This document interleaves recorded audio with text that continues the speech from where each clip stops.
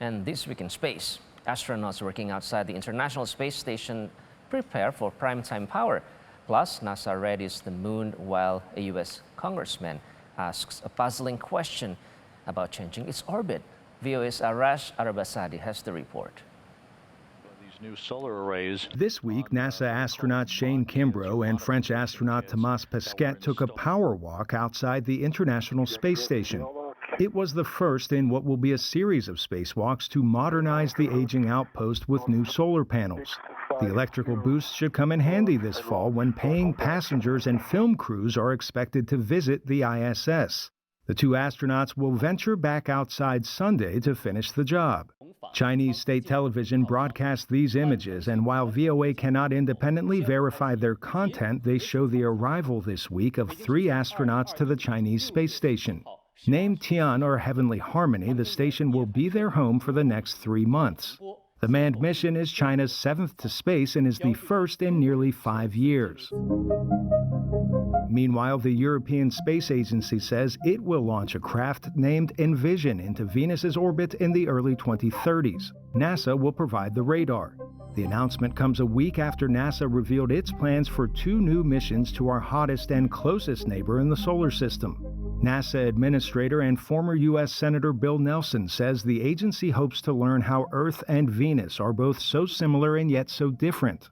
These 2 sister missions both aim to understand how Venus became an inferno-like world capable of melting lead at the surface. The United States and the former Soviet Union sent multiple crafts to Venus in the early days of space exploration, with NASA performing the first successful flyby in 1962. Since then, Europe and Japan have joined the club, with Japan's craft in orbit since 2015. Venus has an uninviting, thick carbon dioxide atmosphere and is home to clouds of sulfuric acid. In other news, at a recent congressional hearing, Republican Louis Gohmert of Texas posed a novel way to address climate change to the National Forest Service's Jennifer Eberlein. Is there anything that the National Forest Service or BLM can do to change the course of the moon's orbit or the Earth's orbit around the sun? Obviously, that would have profound effects on our climate.